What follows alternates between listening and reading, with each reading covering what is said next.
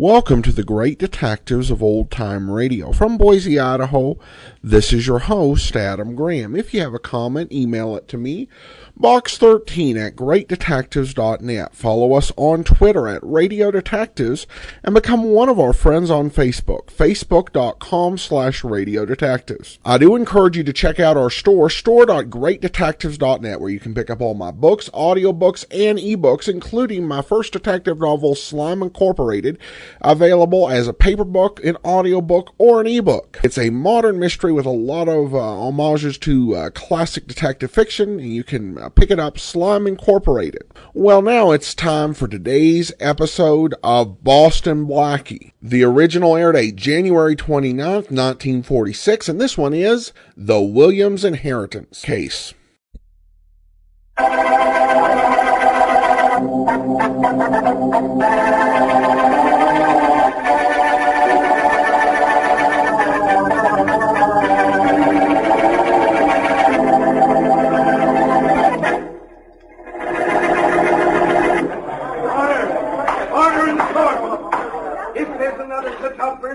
I've cleared the courtroom.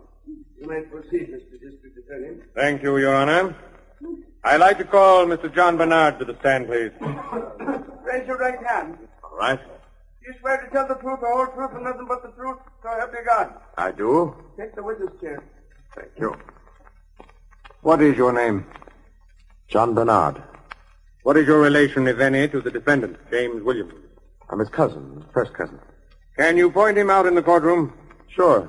That's Jim Williams in the center chair at the first table there. All right, Mr. Bernard. Now let me read you a transcript of what you said to Inspector Faraday of the police on the night James Williams' wife was murdered.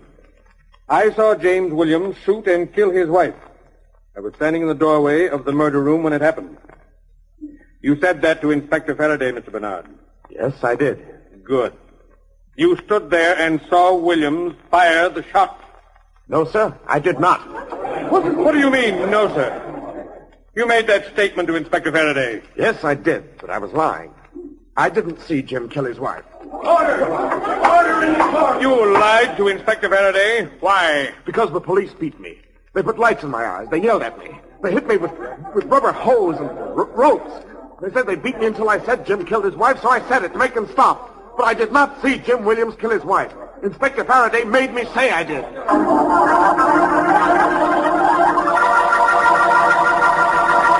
Look, I didn't get to be district attorney by believing a pack of lies, Faraday. But, D.A., I tell you, it was Bernard who was lying. When was he lying? In your office or on the witness stand? On the witness stand. I don't think so. A man's a fool to perjure himself in a court of law. I think he was telling the truth on the witness stand. You beat that statement out of him. Oh, I didn't touch him. He walked into my office and identified Jim Williams of his own free will. You mean he agreed to identify Jim Williams after you beat him half to death? I didn't touch him, I tell you. Faraday, how many times do I have to tell you the evidence you bring me doesn't mean a thing unless it stands up in court? Well, I brought you Williams' gun, didn't I? With his fingerprints on it. He could have picked it up after it was fired. Or I proved Mrs. Williams was killed by a bullet from Williams' gun, didn't I? Somebody else could have used his gun? I tell you, D.A., You're not going to tell me anything, Faraday. But I'm going to tell you something. I managed to get this case recessed for 48 hours. Yeah, I know. Then you might as well know this, too. You have 48 hours to find who's responsible for the shot that cost Mrs. Williams' life. Or it'll cost you your badge. Come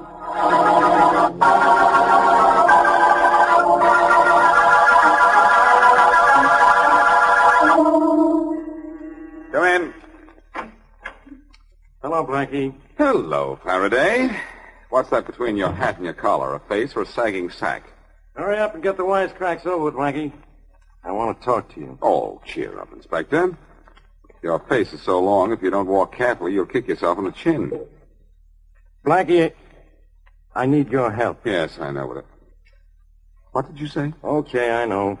I've complained because you helped me on other cases and griped when you solved them for me.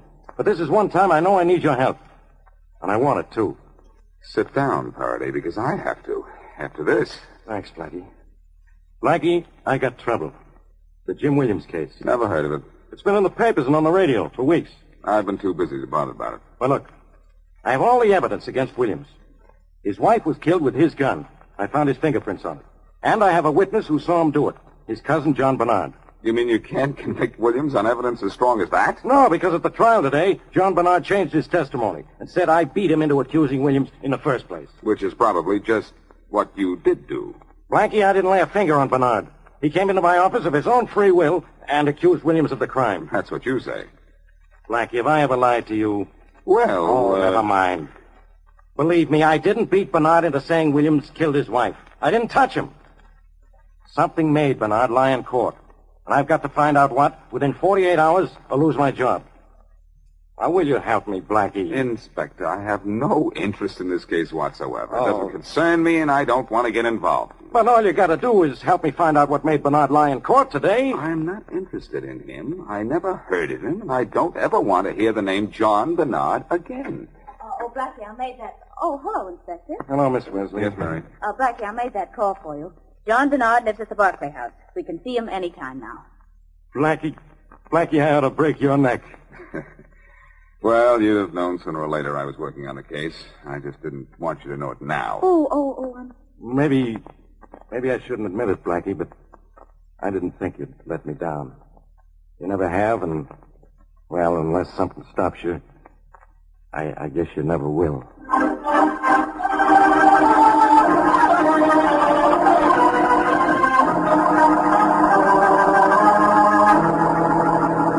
Apartment 11B.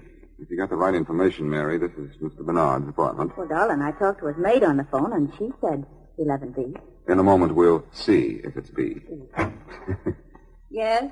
We'd like to see Mr. John Bernard, please. I'm sorry, he's not in. Open the door a little wider, will you? I like to do more than get my words in edgewise. I said Mr. Bernard is not in. Well, then we'll come in and wait for him. Please, Mr. Bernard doesn't want to see anyone. Except us. I just decided that for him. Come on, Mary. Oh, Blackie, maybe he isn't here. Hazel, what's the matter out there? What'd you say, Mary? Oh, nothing, not These a people thing. insist on seeing you, Mr. Bernard. I'll I have told a look, them... Hazel. You may go. Yes, sir. I don't think I know either of you. Oh, I'm Boston Blackie, and this is Miss Wesley. How do you do? Hello. We don't always insist on breaking in where we're not invited, Mr. Bernard. Only at times. And why is this one of those times? You were the chief witness today at the trial of Jim Williams. No, that's the reason. Is it safe to talk here? Safe? If you mean, are we alone? We are. The only other person living here is my Aunt Florence, and she's out for the evening. What about the maid? Well, what about her? What about this melodramatic secrecy? I've nothing to hide. All right. How well do you know Jim Williams? Oh, I used to see him once in a while. We're cousins, you know, but not very close. What about his wife? Did you know her well? I hardly knew her at all. In other words, they were almost strangers to you. You might say that. You had no interest in them whatsoever. No, none at all. Well, then why did you tell Faraday that your cousin Jim killed his wife and then change your story in court? I gave my reason on the stand. The police beat me into saying my cousin killed his wife. I lied because I don't look well in black and blue. But I told the truth on the stand. Look, Bernard, I'm not completely stupid. I know Faraday didn't beat you up. You gave him that information voluntarily, and you intended to give the same evidence on the stand. But something made you change your mind. What? Talk, and I'll protect you. I don't want protection. I don't need it. I told the truth where the truth would do the most good. Now get out of here, both of you, before I become annoyed. All right, Bernard. That's the way you feel about it. That's exactly the way I feel about it. Hazel? Oh, Hazel. Yes, Mr. Bernard? I think these people are leaving. You see them to the door? Yes, sir. Right this way. Come on, Mary. I'm right with you. Goodbye, Bernard. If you change... My mind? By now you ought to know I have no reason to. Goodbye. Goodbye, Miss Wesley. Goodbye. Right this way, please. I think we can find our way out, thank you, Hazel. May I speak to you outside a moment? What'd you say? Shh, please. Will I close the door? Is this supposed to be private? No, but it has to be quick. Meet me on the lower deck of the Van Island ferry at 8:15 tonight. And I'll tell you something about Mr. Bernard you'll be very glad to hear.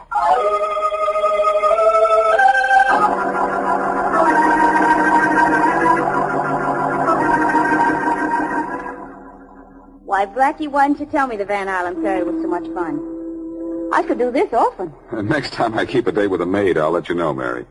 Oh, there is your girlfriend, leaning up against the rail. Want me to stay here? No, you can come along and be an attractive third wheel. You make another date with her, and I'll be an attractive third rail. Mary, you're positively electrifying. Ooh. Well, just remember that, will you? I'm sure you won't let me forget. Hello, Hazel. Hello. I didn't see you getting on the boat. I was afraid you weren't coming. We said we'd be here. Now you tell us why we're here.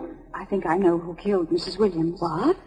Well, Hazel, how good are you at thinking? It isn't just what I think. I know. I'm certain Mr. Bernard killed her. Bernard? You mean the same Mr. Bernard we talked to today? He did it. I know he did. But that doesn't make sense. Mr. Bernard killed Mrs. Williams. He'd have testified in court that Williams killed her. He wouldn't clear Williams of the crime which he practically did today. Oh, I don't know about that. But Mr. Bernard had good reason to kill Mrs. Williams. She was terribly in love with him. Well, he said he didn't even know her. Oh, he was lying. She came to his apartment almost every day. She even wanted to leave her husband and marry Mr. Bernard. So Bernard killed her. I doubt that. Listen, Mr. Bernard didn't want her. But the day of her murder, she said she was going to leave Mr. Williams and give Mr. Bernard as the reason. And he said he'd kill her if she mentioned his name to Mr. Williams. I wish I could believe all this is proof that Bernard might have killed Mrs. Williams, but I can't. Why can't you, Blackie? Because it doesn't make any sense. The police have evidence against Jim Williams. All they needed to convict him was Bernard's testimony.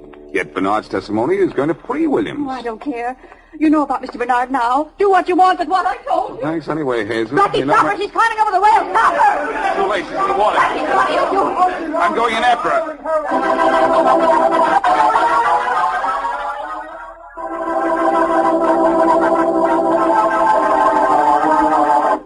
Inspector Faraday is in a spot. He has obtained testimony that proves Jim Williams killed his wife. Yet, in court, his star witness refutes his testimony, saying he gave it under duress. So Faraday comes to Blackie for help. And Blackie and Mary Wesley go to see the witness, but cannot find out why he changed his story. The maid in the house, however, meets Blackie and Mary on the Van Island ferry, and after telling a few facts which put the lie to the witness's story, jumps overboard. Blackie jumps in after her. As we return to our story, Blackie and the maid have just been pulled aboard ship.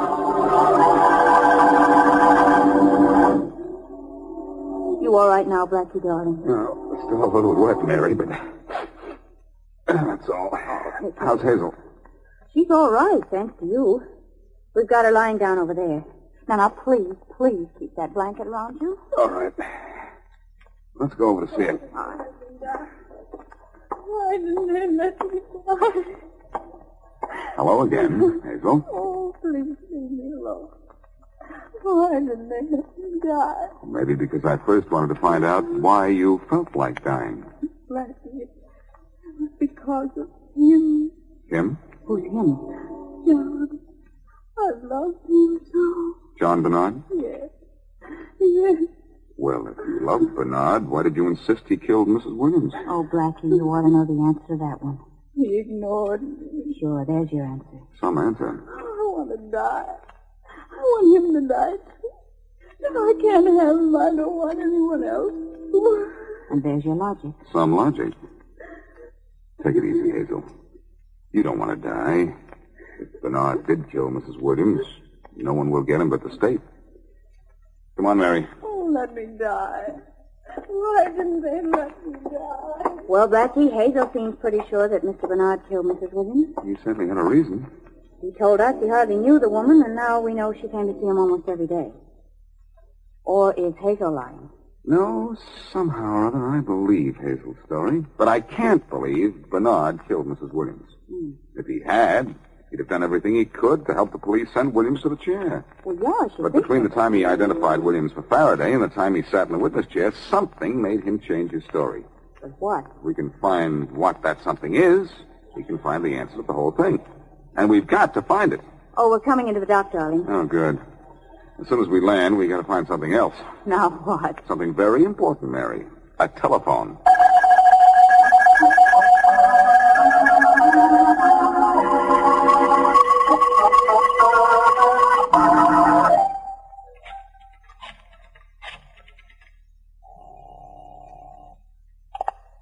Faraday speaking. Hello, Inspector. This is Blackie. Blackie, where are you? Have you got anything on Williams? We haven't got much more time. Relax, Faraday. I know you're in trouble. But do you still have enough influence at headquarters to get me inside Jim Williams' cell? What do you mean, enough influence? Sure I do. Good. I'll see you in your office in about 2 hours. I'm soaking wet. I want to change my clothes before I try to find why Bernard changed his testimony.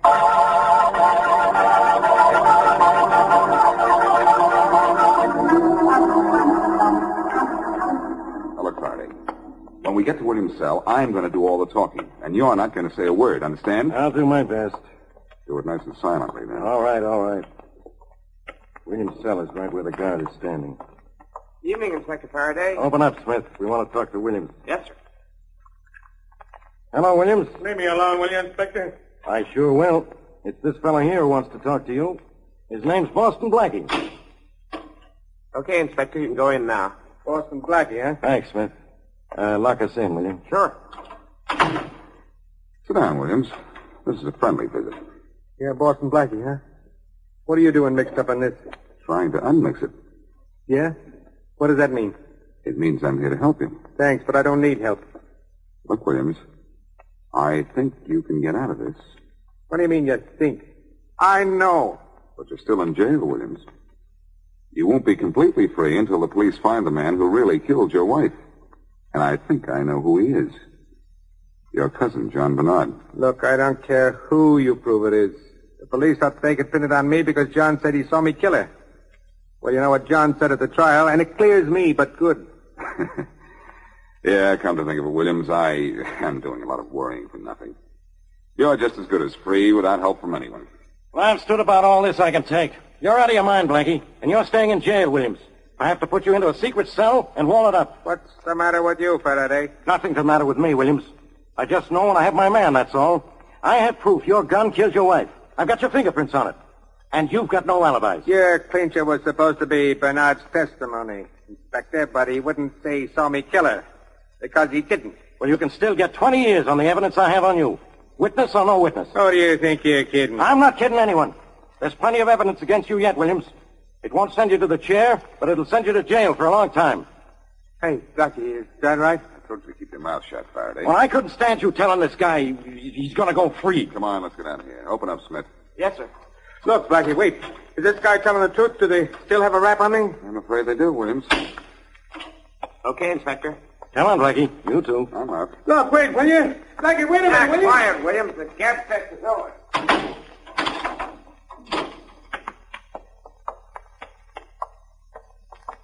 Nice work, Faraday. What do you mean, nice work? You never disappoint me, Inspector. I was hoping you'd blow your top and put a scare into Williams. Now that you've done such a nice job of it, I'll go back and talk to Williams alone.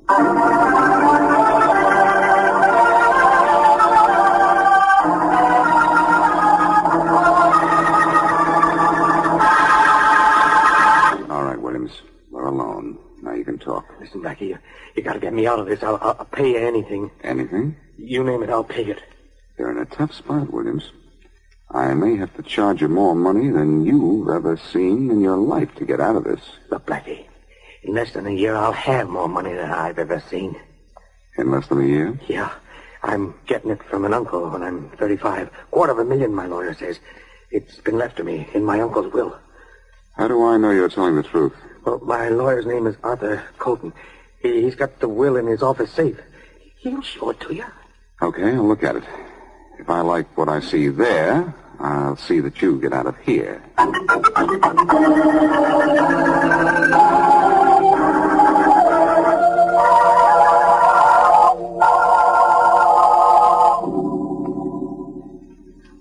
Blackie, what if Faraday catches us opening a safe? In that case, Mary, we've got a lawyer already made.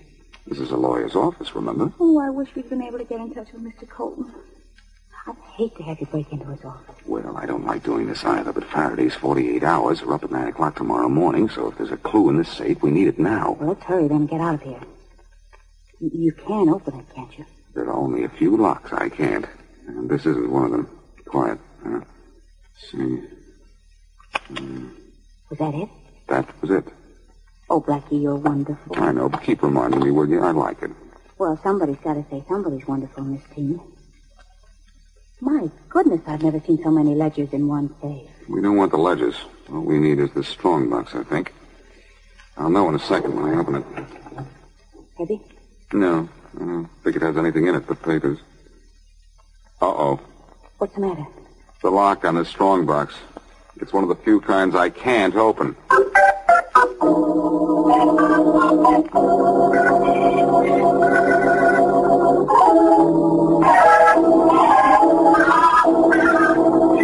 Faraday. Faraday. Wake up. Come on, wake up. up, will you? Blackie, what are you doing here? This is my house, not my office. What are you doing in bed when I'm up trying to get you out of a jam? Oh, sorry. I had to get some sleep. Oh, I see what your motto is. Let Blackie do it, huh? Say, how'd you come out with Williams? I don't know yet. Let me have your skeleton keys. What did you say? Let me have your skeleton keys. The great Boston Blackie wants a key? What for? Not to open a lock? Yes, to open a lock. What? I never thought I'd live to see this day. Look, if you don't give me those keys and I don't find what I want in this box, maybe you'll wish you weren't alive to see it. The keys are in these trousers on my chair. Here's the bunch of them. Thanks. You know, Blackie, with a key in your hand, you look as funny as a machine gunner with a cap pistol. No, he doesn't fit. What do you got there? Strong box? No, a steamer trunk, midget size. Yeah. No, that key doesn't work on it. Now, the trouble with you is you don't know how to use a key. You do much better with a hairpin or a piece of wire. There. That key did. Nice going. All right, what's in the box? A will, I hope, leaving $250,000 to Jim Williams on his 35th birthday. Well, all I got on my 35th birthday was 3-5. So your jokes improve when you're in trouble, Faraday. Maybe I ought to leave you in this mess. The will inside? Yes, here it is. What's it say? Let's see. Usual whereases and wherefores. Oh. Yeah, I'm looking for the part I want. Well, find it, will you? Wait a minute. Here it is. Now, read this. All right. I do bequeath to my nephew, James Williams, the sum of $250,000, which shall be given to him on his 35th birthday. If James Williams shall die before he has reached the age of 35, the entire amount shall go to the Weather Home Foundation. Brilliant, Faraday. You can read. And what does this prove? Williams won't be 35 for another year, almost. And I'm going to send him to the chair before that. That's right. But first, you have to find out why John Bernard changed his testimony in court. Yeah, I know that. But this will isn't any reason. Isn't it, Faraday? See the next paragraph of the will? Read that. Bernard will tell the truth now, because now we know why he lied.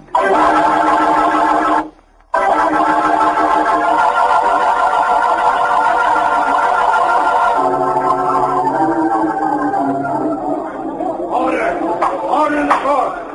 Mr. District Attorney, you may proceed with your witness, Mr. Bernard. Thank you, Your Honor. Mr. Bernard, will you tell us what you saw on the night Mrs. James Williams was killed? I was at Jim's apartment with Jim and his wife. She was going to leave him. In fact, she was packing. I was standing in the bedroom door. Jim and his wife were in the bedroom. Suddenly, Jim pulled a pistol out of his pocket and shot his wife. She fell. Jim ran out of the door. I ran over to her. She was dead. Can you point out James Williams in this room? Yes. That's Jim Williams in the center chair at the first table there. Why, you dirty little order! Your Honor, the state rests.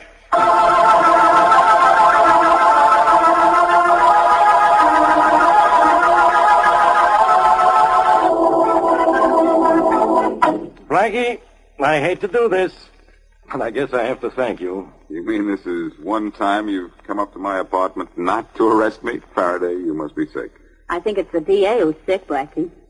He has to apologize publicly to Inspector Faraday. I'm going to my office for the ceremony now, Miss Wesley. You want to come along, you two? No, thanks, Faraday. If I'm there won't be room enough for your swelling head. Blackie, not even your wisecracks can make me mad today. So long. Bye. So long, Inspector.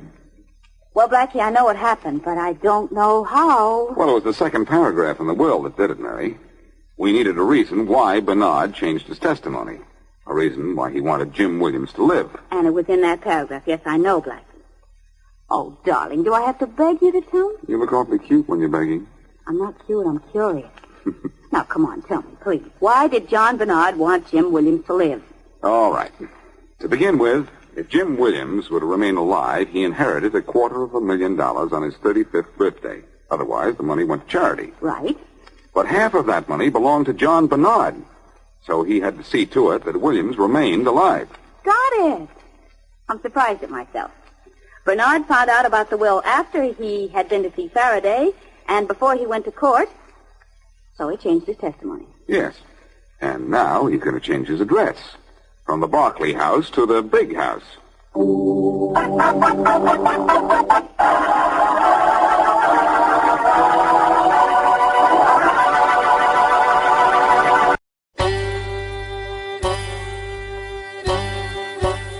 Hi, this is Andrew from OTRWesterns.com. I wanted to invite you to come take a look at our site where we put out podcasts of old-time radio westerns. Check us out at OTRWesterns.com. You're listening to The Great Detectives of Old Time Radio with Adam Graham. Now let's get back into the show.